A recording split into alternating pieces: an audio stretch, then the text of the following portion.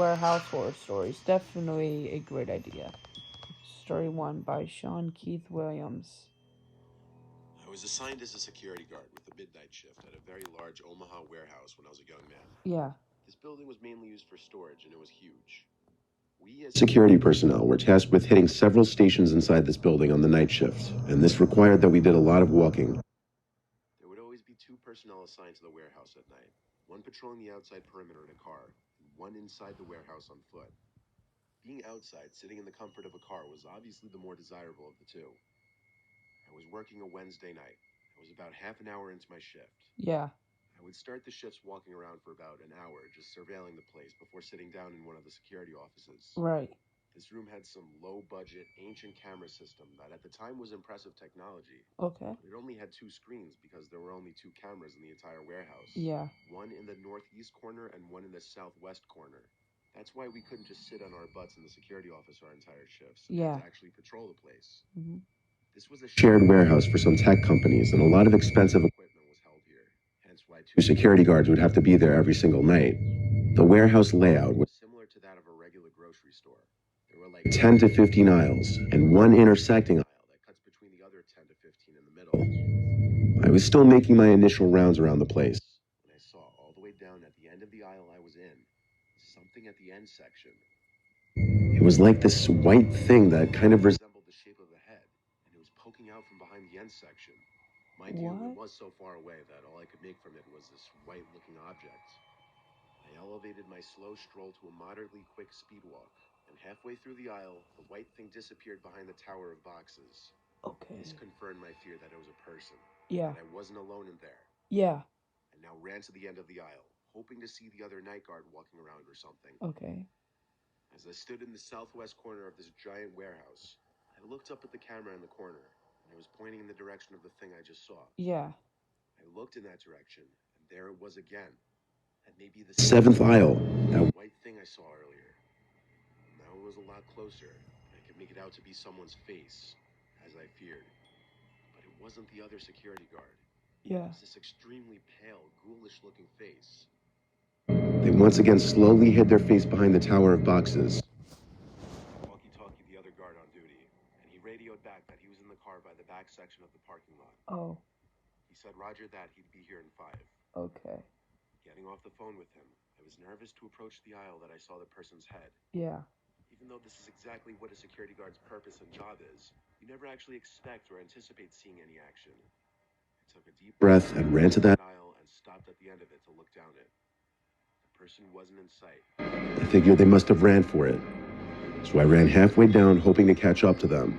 But I stopped when I smelled this horrible putrid odor. It smelled like a dead, rotting carcass. I followed the scent until it became overwhelming, and I found the source of it. Yeah. It was coming from this big wooden box that was different from the rest of the boxes. I pulled the lid off the box, and inside was a dead body laying in a pool of blood. The most shocking part of it was that it was missing a head. I walkie-talkied to the other security guard again, and yelled at him to call the police and report a dead body in the warehouse. I said this all while running as fast as I could to the back exit of the warehouse, struggling to get enough air. I threw up the second I made it out the door. I ran to the other security guard's car and sat in there with him, gasping for air. He was still on the phone with the police, so I took the phone and told them whatever the other security guy didn't. Given the nature of the situation, they sent like 5 or 6 cop cars and basically had the entire place surrounded. The body was loaded into an ambulance, and for a good chunk of the night, police were in the warehouse doing forensic work. Perhaps the weirdest part of all of this was that when trying to go back to the video footage captured from the night before, the footage cut out for about 3 hours in the middle of the night. There was no explanation for this happening. I've thought about this night for almost my entire life, basically. Yeah. I don't believe in ghosts or anything, but I don't really have an explanation for this. I've thought about some far-fetched possibilities, though, like that whoever the murderer was in the warehouse that night and was holding up the severed head of that body. Yeah. Hence why it looked so pale and ghoulish. Yeah. In fact, it gave me chills just now thinking about it again. Oh, shit.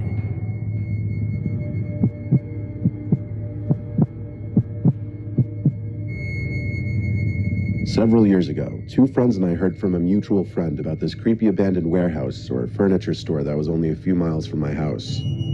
One night while on a drive, the 3 of us decided to check it out. We parked at a Walgreens a few hundred yards from the warehouse and started Okay. walking towards it. As we got closer, my friend, I'll call him Jim, kind of chickened out and stayed back while me and my other friend, I'll call Mark, continued on. Okay. As we approached the right side of the building, it became very obvious that this place had been abandoned for a very long time. The front entrance was boarded up, and there were vines and ivy growing all over the building. Oh, Our mutual friend said that the only way in was through a busted-in wall in the back. wouldn't be surprised. We went around back, and sure enough, there was a broken-in narrow section of wall we could get in through. We stepped in, and it was completely dark. We couldn't see our hands in front of our faces. Yeah. So we turned on the flashlights on our phones and looked around. There was trash and debris everywhere on the concrete floors. We were in what appeared to be the main room of the old store, and it was huge. An entire football field could probably fit in this room. We could even hear an echo when we talked. We started looking along the walls, which were covered in graffiti. The graffiti was littered with what must have been gang symbols as well as profanity, as you would expect. What was really unsettling, though, was that as we moved further along the back wall, the graffiti was getting more and more disturbing. Oh. One of them read, "Kill yourself tonight." Then the graffiti was getting satanic. There were tons of inverted crosses, pentagrams, 666s, and violent scenes depicted. While this stuff was creepy enough, it wasn't the worst of what we saw. Yeah. Towards the end of the building, there were some steps leading to smaller rooms. As we shone our lights on the steps, we saw a large, dry pool of what was probably blood all over the steps. This deterred us from exploring the smaller rooms beyond, so we headed to the left side of the room. Okay. As we were walking, our lights caught something hanging from the ceiling. We got closer and saw what it was. It was a noose, still hanging from one of the rafters. It became very obvious that the people that come to this place use it for very evil purposes. After that, we decided we'd spend enough time in there and headed for the hole in the wall we entered through. Yeah. We got outside and saw that there was another, smaller building/warehouse behind the main one. Despite the freaky things we saw inside, we were still curious and decided to check this one out too. Okay. One thing that was very odd was that there was a small room in the front of the warehouse that had no doors, only one window.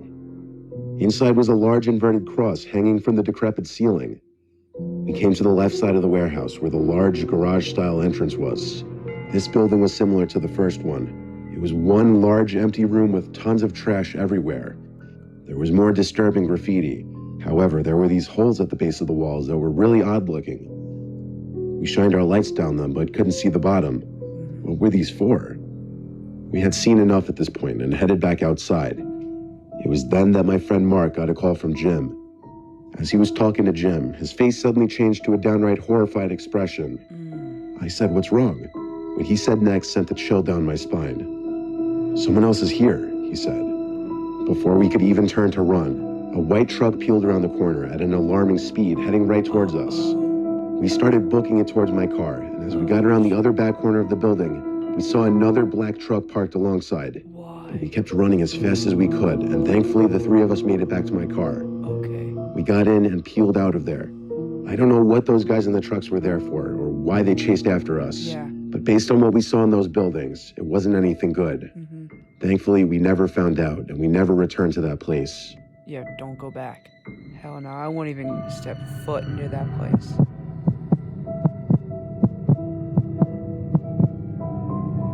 In my mid-20s, I used to be a party planner and event coordinator. Okay. I was basically in charge of throwing dope parties for this record label group. Yeah. I'd have to rent out venues for a night or weekends, which would allow us to host our events in these places. Usually we wouldn't pay until after the event, and the landlord or owner of whatever property we were using would take a cut of the profits.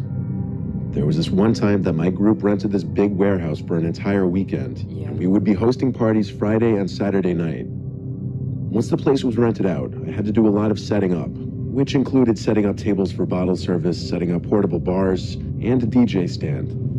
A lot of work would go into these kinds of pop-up venues, but they were always extremely profitable. My buddy Jack, who was also on the event planning team, was helping me on the Wednesday before the party weekend. He drove a truck full of equipment to the empty parking lot that the warehouse sat in. Yeah.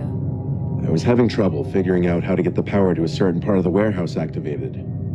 I looked for any kind of electrical panel or circuit breaker box, but I was having trouble finding one. Right. I gave the building owner I dealt with a call, and he picked up almost right away. His name's Carter. He told me exactly where to go for the electrical panel that would turn on the specific lights I was looking for. Yeah. He directed me to a door that had an exit sign on top of it, but it wasn't on.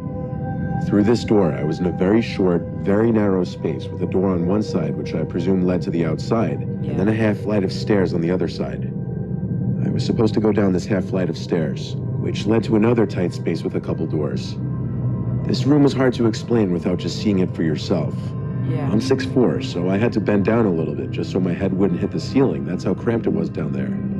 This level had very dim nightlight kind of lights hung on the ceiling. Dim, but enough light to navigate just fine. I found the electrical panel, and Carter told me exactly which switches to flip. Then I shut the panel door and turned the key to lock it, even though he told me to just leave the key in the lock. I thanked him and our call ended. Yeah. I heard a loud and obvious buzzing sound that would be going off in spasms. Yeah. I followed the sound of it to a door, leading to a pitch-black room. Pulling the door open was hard as it scraped against the concrete floor. There was this red light in the top corner of the room that synchronized with the buzzing sound. When the buzzing stopped, the light would also turn off. I was trying to figure out what it was, but it didn't make sense. I stepped deeper into the room and noticed whenever I moved, the light would turn on and the buzzing would sound. When I stood still, it stopped. I don't know why, but I was creeped out, so I went back to the doorway of the room. I took one more look inside, and the red light turned on again, lighting up the room with this eerie red glow. I decided to call Carter and tell him about the potential problem with the light and the buzzing. He told me calmly that the light was a motion sensor, and the buzzing was because that one in the basement was busted. I asked what he meant by motion sensor, and he explained that there's at least one in every room in the building, as it's part of the security system. I looked back into the room, and the light was still on. I asked what could be setting it off in there, and he said he had no idea. And that's when I spotted it. There was someone, I couldn't tell if it was a man or a woman because of the long, disheveled hair, sitting in one corner of this room, half hidden behind a pile of old boxes. Their eyes were the most noticeable feature because of how goddamn wide they were open. The mouth was like a half smile, and they were moving their arm in a manner that was as if to tell me to come here. I know it took me a few seconds to describe this person just now, but I was literally screaming at the sight of them in under a second. I slammed that door shut and ran back up the stairs and out that exit door. You better ride out. I told Carter we were leaving and not using the warehouse anymore. I didn't ask any more questions after that. I didn't care. It was his problem. I yelled at Jack to get everything he could back into the truck. Yeah. We collected our stuff as quickly as possible, loaded the truck back up, and left. I didn't even bother locking the door to the warehouse. I just wanted to be far away from there. I still today don't know what to make of it. The Carter guy seemed so weirdly calm about my telling him about a deranged-looking person in the basement of his warehouse. Yeah. Thinking back, that light was probably going off because of that person sitting in the corner, waving me over, or doing whatever the hell he or she was doing with their arm. Right. It was a truly nightmare-inducing, horrible experience. Oh, okay. Is that the end? Yeah, I think it's the end. Alright.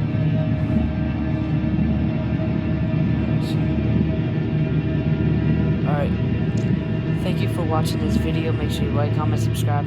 Turn on notifications if you're new. Go subscribe to my gaming channel, Caleb Amaze Me Gaming. Go subscribe to my extra YouTube channel, more Caleb Amaze Me. Go follow my Instagram, me_Caleb. Go friend me on Snapchat, CalebStairs458. And go follow my Twitch, Caleb Amaze Me Twitch. Alright, peace. Be ya.